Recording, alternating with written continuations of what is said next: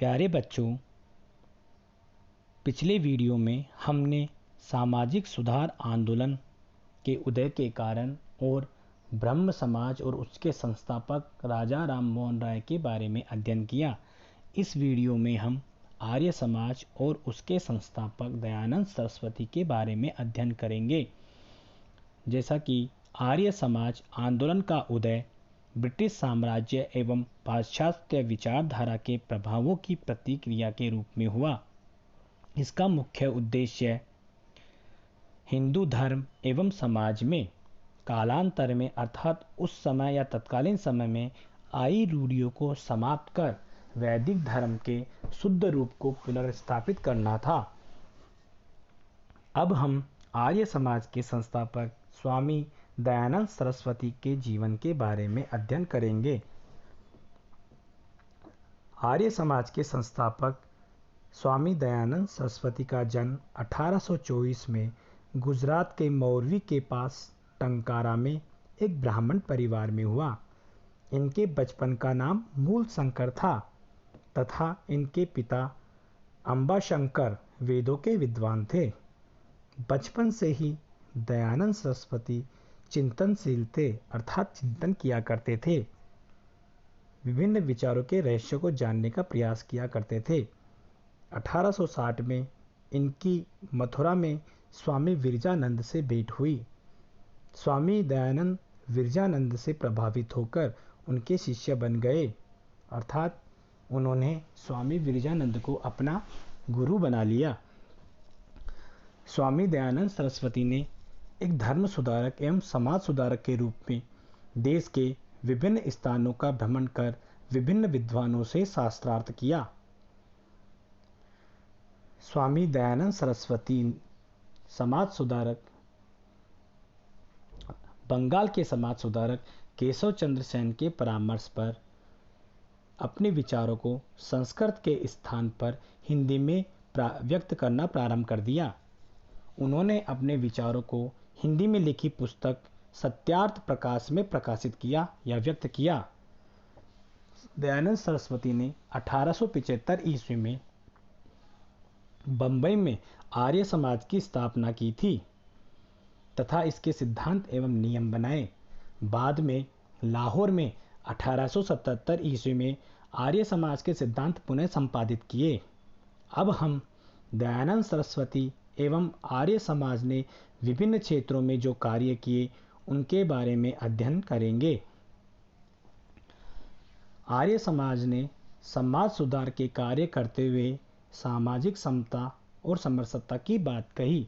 सामाजिक समता से तात्पर्य है सामाजिक समानता और समरसता से तात्पर्य है प्रेम प्रवाह है, ताकि लोगों के बीच मधुर और अच्छा व्यवहार बना रहे, लोगों के बीच एकता स्थापित हो।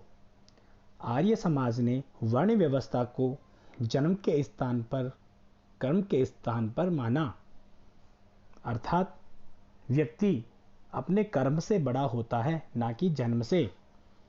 उन्होंने जाति प्रथा एवं छुआछूत का विरोध किया, स्त्रियों की स्थिति को सुधारने का प्रयत्न किया, बाल विवाह, पर्दा प्रथा, दहेज प्रथा, बहु विवाह आदि सामाजिक बुराइयों को समाप्त करने का प्रयास किया।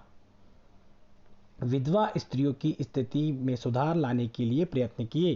कई विधवा आश्रम स्थापित किए। स्त्री एवं पुरुषों की समानता की बात कही। स्त्री शिक्षा के कार्य किए। दयानंद सरस्वती ने वेदों के आधार पर यह बताया कि शूद्रों एवं स्त्रियों को भी वेद पढ़ने एवं यज्ञोपवीत धारण करने की मनाही नहीं है। उन्होंने कहा कि जिन हिंदू रीति रिवाज, परंपराओं और मान्यताओं की अनुमति वेद नहीं देता है उन सभी को त्याग देना चाहिए अर्थात खत्म कर देना चाहिए। अर्थात हिंदू धर्म वेदों पर आधारित है। जो रीति रिवाज और परंपराएं वेदों में बताई गई है मनुष्य को उनके अनुसार ही आचरण करना चाहिए। अब हम दयानंद सरस्वती और आर्य समाज द्वारा धार्मिक क्षेत्र में प्रस्तुत किए गए विचारों और उनके कार्यों के बारे में अध्ययन करेंगे। धार्मिक क्षेत्र में दयानंद सरस्वती ने केवल हिंदू धर्म में उस समय आई त्रुटियों को सुधारने का प्रयास ही नहीं किया, बल्कि ईसाई एवं इस्लाम मजहब में व्याप्त बुराइयों को भी उजागर किया, ताकि जो हिंदू धर्म से धर्मांतरण करके अन्य धर्मों में लोग जा रहे हैं वो धर्मांतरण बंद हो जाए। दयानंद सरस्वती वेदों को हिंदू धर्म का वास्तविक आधार मानते थे और यह इस बात पर बल देते थे कि मानव को वेदों में जो सिद्धांत निर्धारित किए गए हैं, बताए गए हैं, उन्हीं के आधार पर आचरण करना चाहिए। शुद्ध वैदिक परंपरा में विश्वास करते हुए उन्होंने वेदों की ओर लौट चलो का नारा दिया। स्वामी दयानंद सरस्वती ने नारा दिया था, वेदों की ओर लौट चलो। वे वेदों को ईश्वर प्रेरित मानते थे, अर्थात वेदों की रचना ईश्वर की प्रेरणा से ही हुई है।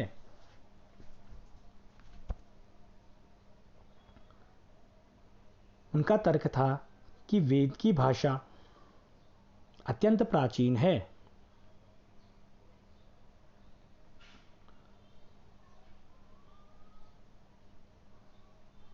इस पर जो भाष्य बाद में लिखे गए वे सब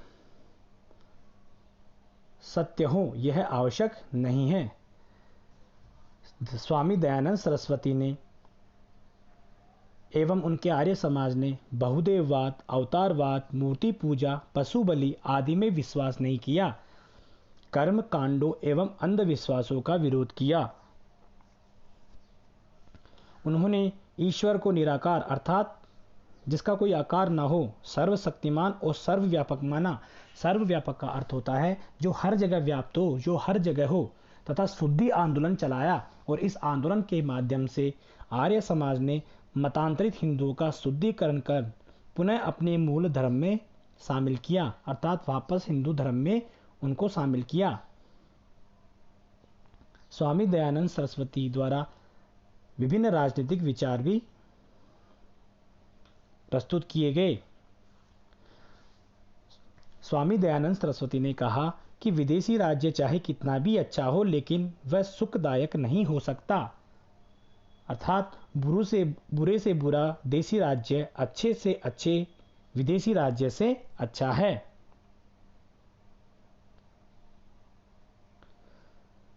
स्वराज शब्द का सर्वप्रथम प्रयोग स्वामी दयानंद सरस्वती ने ही किया।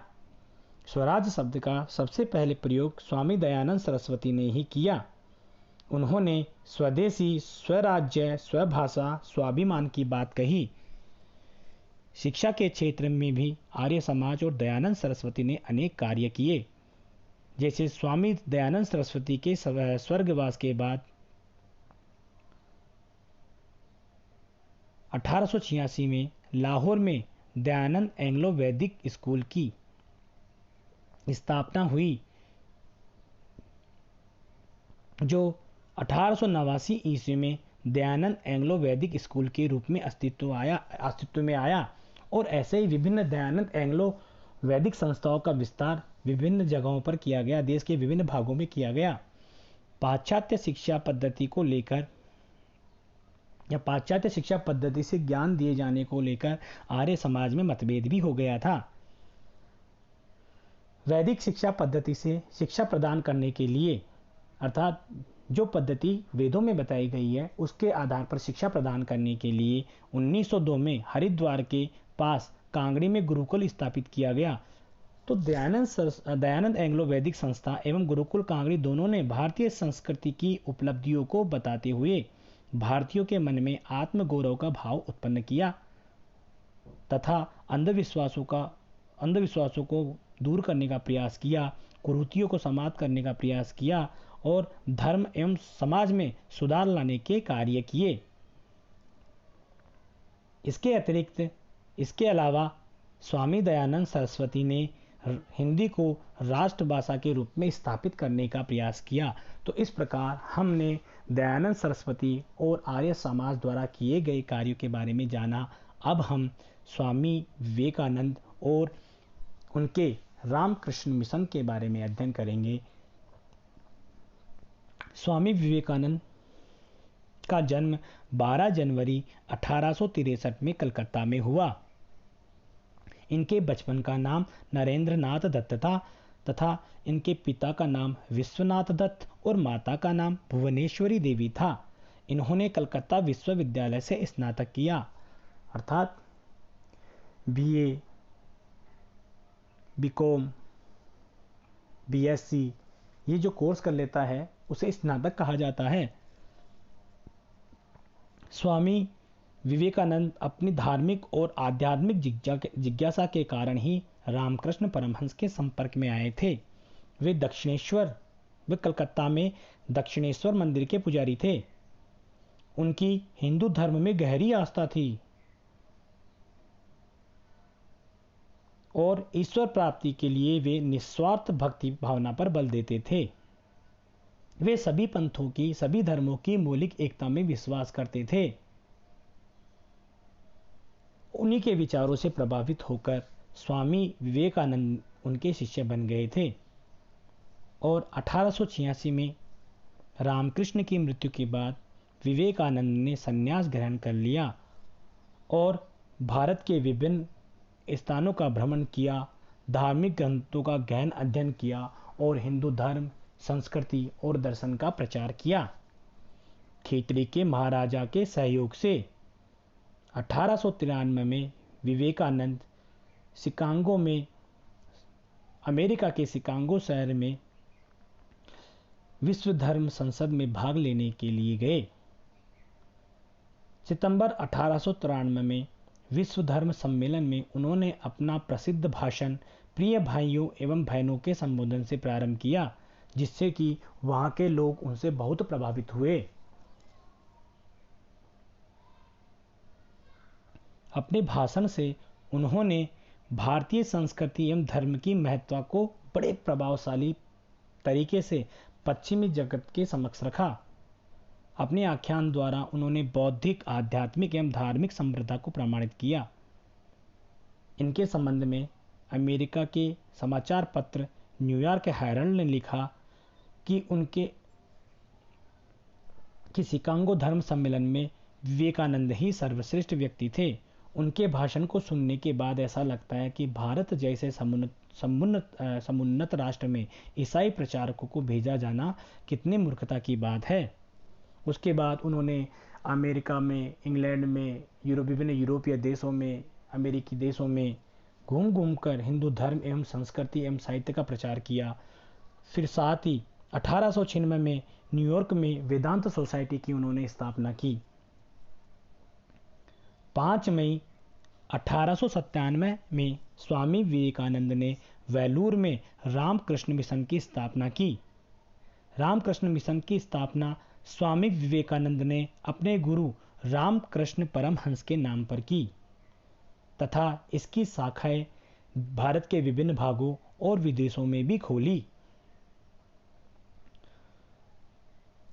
रामकृष्ण मिशन के माध्यम से स्वामी विवेकानंद ने अपने विचारों का प्रचार किया। रामकृष्ण मिशन की शिक्षाएं मुख्य रूप से वेदांत दर्शन पर आधारित है। सामाजिक क्षेत्र में उनके द्वारा जो कार्य किए गए तथा विचार प्रस्तुत किए गए वो निम्न प्रकार हैं। स्वामी विवेकानंद ने तत्कालीन समाज में व्याप्त संकीर्णताओं और कुरीतियों का विरोध किया। उन्होंने जातीय भेदभाव का विरोध किया, समानता की बात की। उनका मत था कि सामाजिक, धार्मिक परंपराओं एवं मान्यताओं को तभी स्वीकार किया जाना चाहिए जब वे उचित जान पड़े। अर्थात उन्होंने ये बताया कि सामाजिक और धार्मिक क्षेत्र में जो रीतियां, जो परंपराएं हैं और जो मान्यताएं हैं, केवल उनको तभी मानो यदि वे आपको उचित लगे, और यदि वे आपको उचित नहीं लगती है तो उनका विरोध करो। ऐसा कहा स्वामी विवेकानंद ने। उन्होंने स्त्री पुनरुत्थान की बात कही। स्त्रियों के उत्थान के लिए भी उन्होंने कार्य किए। वे निर्धनता और अज्ञानता को समाप्त करना चाहते थे। उन्होंने कहा था कि जब तक करोड़ों व्यक्ति भूखे और अज्ञानी हैं, तब तक मैं उस प्रत्येक व्यक्ति को देशद्रोही मानता हूं जो उन्हीं के खर्चे पर शिक्षा ग्रहण करता है परंतु उनकी परवाह नहीं करता। अर्थात उनका कहना था कि शिक्षा का उद्देश्य तभी है कि हम शिक्षा प्राप्त करके मानव जीवन की सेवा कर सके, मानव धर्म की रक्षा कर सके, मानव के कल्याण के लिए कार्य कर सके। अगर हमने शिक्षा प्राप्त कर मानव कल्याण के लिए कार्य नहीं किया तो उनकी नज़र में वह व्यक्ति सबसे बड़ा देशद्रोही था। स्वामी विवेकानंद के विचारों को सफल बनाने के लिए रामकृष्ण मिशन ने समाज सेवा एवं परोपकार के कार्यों को बहुत महत्व दिया। अपने कार्यों में मानवतावादी दृष्टिकोण के कारण रामकृष्ण मिशन अधिक लोकप्रिय हुआ। इसने कई विद्यालय, अनाथालय, चिकित्सालय आदि स्थापित किए। विभिन्न समाज सेवा के कार्य किए गए। अकाल, बाढ़ आदि विपदाओं के समय रामकृष्ण मिशन ने सहायतार्थ कार्य कर लोगों को समाज सेवा के लिए प्रेरणा दी। अब हम स्वामी विवेकानंद और रामकृष्ण मिशन के धार्मिक विचारों के बारे में अध्ययन करेंगे। जैसा कि रामकृष्ण परमहंस हिंदू धर्म में गहरी आस्था रखते थे, उन्हीं से प्रभावित होकर स्वामी विवेकानंद हिंदू धर्म एवं दर्शन में गहन आस्था रखते थे। उन्होंने हिंदू धर्म एवं संस्कृति की मौलिकता एवं इसकी विशेषताओं को लोगों के समक्ष रखा, लोगों को समझाया, लोगों को बताया। इन्होंने मनुष्य की आत्मा को ईश्वर का अंश बताया। कहा कि मनुष्य की आत्मा ईश्वर का ही अंश है, वो परमात्मा है और हम उसकी आत्मा। इनका मानना था कि ईश्वर की आराधना का एक रूप दीन दुखियों और दरिद्रों की सेवा भी है। अर्थात वो कहते थे यदि आपको ईश्वर की सेवा करनी है तो गरीबों, दीन दुखियों की सेवा करो, उनके कल्याण के लिए कार्य करो, वही ईश्वर की सेवा है। रामकृष्ण मिशन ने मानव सेवा को ही ईश्वर की सेवा माना। नर सेवा नारायण सेवा उनका ध्येय वाक्य है। अब हम स्वामी विवेकानंद के राष्ट्रीय दृष्टिकोण के बारे में अध्ययन करेंगे।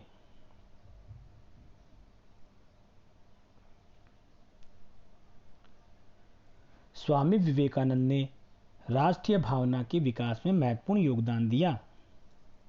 उन्होंने रामकृष्ण मिशन के माध्यम से भारतीयों में आत्मविश्वास और आत्मसम्मान की भावना जागृत की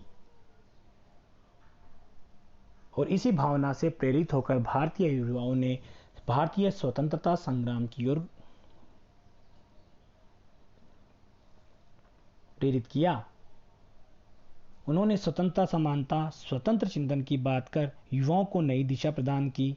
उन्होंने कहा, उठो जागो और तब तक विश्राम न करो जब तक कि लक्ष्य प्राप्त न हो जाए। वे भारत के पिछड़ेपन, पतन, गरीबी आदि से बहुत दुखी थे। पश्चिम के अंधानुकरण के विरोधी थे। अर्थात अंधानुकरण का मतलब हुआ कि अत्यधिक उत्पादन, कहने का मतलब आवश्यकता से अधिक उत्पादन के वे विरोधी थे। वे आध्यात्मिक उन्नति पर बल देते थे।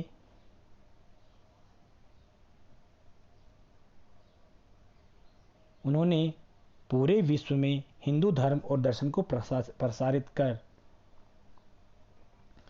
यह दर्शाया कि हिंदू धर्म और संस्कृति अति प्राचीन और विशाल है तथा भारत के प्राचीन गौरव को संसार के समक्ष प्रस्तुत किया और ऐसी शिक्षा पद्धति को अपनाने की बात कही जो चरित्र का निर्माण करती हो। उन्होंने शक्तिमान एवं पौरुष युक्त बनने की बात कही। उन्होंने कहा कि मनुष्य का साहस एवं वीरत्व एक दिन उसे कुपथ त्यागने की प्रेरणा देंगे। विवेकानंद ने खेतड़ी के महाराजा को लिखा कि हर कार्य को 3 अवस्थाओं से गुजरना होता है। पहला उपहास, विरोध, फिर स्वीकृति। पहला उपहास, दूसरा विरोध और स्वीकृति। तीसरा, जो मनुष्य अपने समय से आगे विचार करता है लोग उसे निश्चय ही गलत समझते हैं, इसलिए विरोध और अत्याचार हम स्वहर्ष स्वीकार करते हैं, परंतु मुझे दृढ़ और पवित्र होना चाहिए और भगवान में अपरिमित विश्वास रखना चाहिए, तब ये सब लुप्त हो जाएंगे। तो हमने स्वामी विवेकानंद और रामकृष्ण मिशन के द्वारा किए गए कार्यों के बारे में जाना। अब हम अन्य सामाजिक आंदोलन एवं उनके कार्यों के बारे में अध्ययन करेंगे, जैसा कि सत्यशोधक समाज की स्थापना 1875 में ज्योतिबा फूले ने की। इन्होंने 2 पुस्तकें भी लिखी, एक सार्वजनिक सत्य धर्म, दूसरी गुलामगिरी। ज्योतिबा फूले एवं उनके सत्यशोधक समाज ने अस्पृश्यता को समाप्त करने के लिए कार्य किया था। वैसे ही थियोसोफिकल समाज की स्थापना 1875 में संयुक्त राज्य अमेरिका के न्यूयॉर्क में एक रूसी महिला हेलेन पेट्रोवना ब्लावत्स्की एवं अमेरिकन सैनिक अधिकारी एच.एस. ऑलकॉट ने की। इसका प्रमुख उद्देश्य मानवता का विकास करना एवं प्राचीन धर्म, दर्शन व वैज्ञानिक ज्ञान के अध्ययन में सहयोग करना था। इसने प्राचीन भारतीय दर्शन एवं धर्म के सिद्धांतों के प्रति सहमति जताई।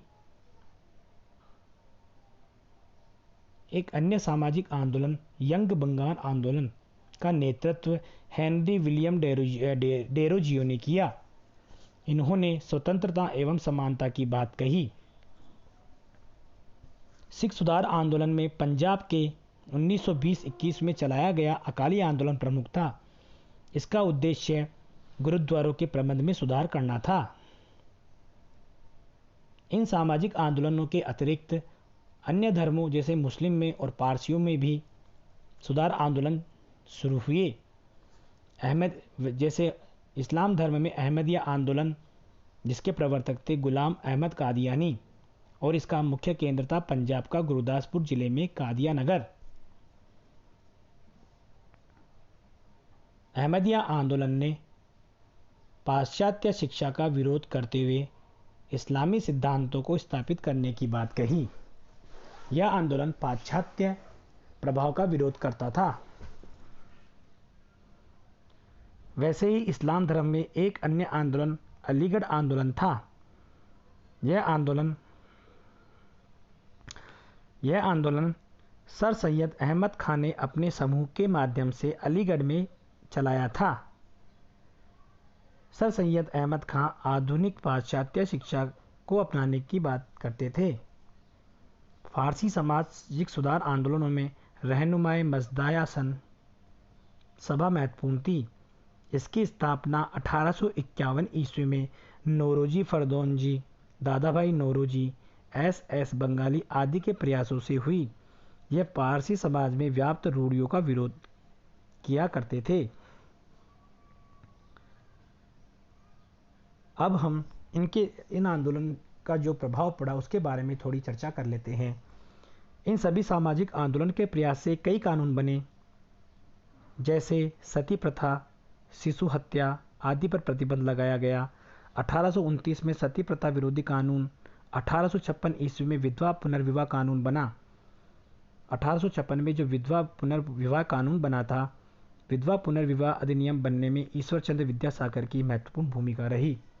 विधवा पुनर्विवाह अधिनियम अर्थात 1856 से पहले विधवाओं को पुनर्विवाह की अनुमति नहीं थी, लेकिन ईश्वर चंद्र विद्यासागर आदि विचारकों ने भारतीय धर्म ग्रंथों के द्वारा यह प्रमाणित किया कि प्राचीन समय में हमारे धर्म में ऐसी प्रथा नहीं थी। इन्होंने वैदिक साहित्य एवं अन्य संस्कृत ग्रंथों के माध्यम से प्रमाणित किया कि वेद विधवा विवाह की अनुमति देता है। उन्होंने हजारों लोगों के हस्ताक्षर करवाकर प्रार्थना पत्र ब्रिटिश सरकार के पास भेजा, जिसमें विधवा विवाह को मान्यता प्रदान किए जाने के लिए लिखा था। स्त्रियों के उत्थान के लिए D.K. कर्वे ने 1889 में एक विधवा आश्रम खोला। साथ ही कर्वे ने 1906 में बंबई में भारतीय महिला विश्वविद्यालय भी खोला। केशव चंद्र सेन के प्रयासों से 1872 में सिविल मैरिज एक्ट बना, जिसके अंतर्गत 14 वर्ष से कम आयु की बालिकाओं एवं 18 वर्ष से कम आयु के बालकों का विवाह प्रतिबंधित किया गया। पारसी धर्म सुधारक B.M. मालाबारी के प्रयासों से बाल विवाह को रोकने के लिए 1891 ईस्वी में सम्मति आयु अधिनियम पारित हुआ, वैसे ही हरविलास सारदा के प्रयासों से 1930 ईस्वी में सारदा एक्ट बना, जिसने बाल विवाह रोकने का प्रयास किया। तो सामाजिक सुधार आंदोलन के कारण विभिन्न प्रकार के कानून उस दौर में बनाए गए जब अंग्रेज सरकार सत्ता में थी। इन सभी विभिन्न प्रकार के सामाजिक आंदोलनों ने जीवन के प्रत्येक क्षेत्र जैसे सामाजिक, धार्मिक, राजनीतिक, आर्थिक, कला आदि को प्रभावित किया और लोगों में नवीन चेतना उत्पन्न की, लोगों को जागरूक करने का कार्य किया। इन आंदोलन ने भारत की पश्चिमी सभ्यता के आक्रमण से रक्षा की, अर्थात उस समय जो पश्चिमी सभ्यता का प्रसार हो रहा था उससे भारतीय लोगों की रक्षा की तथा पश्चिमी अंधानुकरण को रोकने का प्रयास किया। इन्होंने भारतीय संस्कृति के उज्जवल पक्ष को सामने लाने का प्रयास किया। इन्हीं आंदोलनों के परिणाम स्वरूप भारतीयों के मन में भारतीय धर्म, दर्शन एवं ज्ञान को लेकर गौरव की अनुभूति हुई। प्राचीन वेदों एवं उपनिषदों के सत्य को उजागर कर जनता तक पहुंचाया गया। इन्होंने भारतीय समाज की जड़ता को समाप्त कर बहुमुखी विकास का मार्ग प्रशस्त किया। इन आंदोलनों के सुधारों के माध्यम से ही समाज में स्वतंत्रता, समानता एवं मानवतावादी मूल्यों को स्थापित करने का प्रयास किया गया। सामाजिक असमानता दूर कर एकता की भावना उत्पन्न करने का प्रयास हुआ। शिक्षा का प्रसार हुआ। स्त्रियों की स्थिति में सुधारने के लिए अनेक कार्य किए गए। इन आंदोलनों ने राष्ट्रीय चेतना के विकास में भी महत्वपूर्ण योगदान दिया। तो इस प्रकार हमने विभिन्न सामाजिक आंदोलनों के बारे में जाना और उनके द्वारा किए गए कार्यों के बारे में जाना। इसके आगे अध्याय को हम नेक्स्ट वीडियो में पढ़ेंगे। धन्यवाद।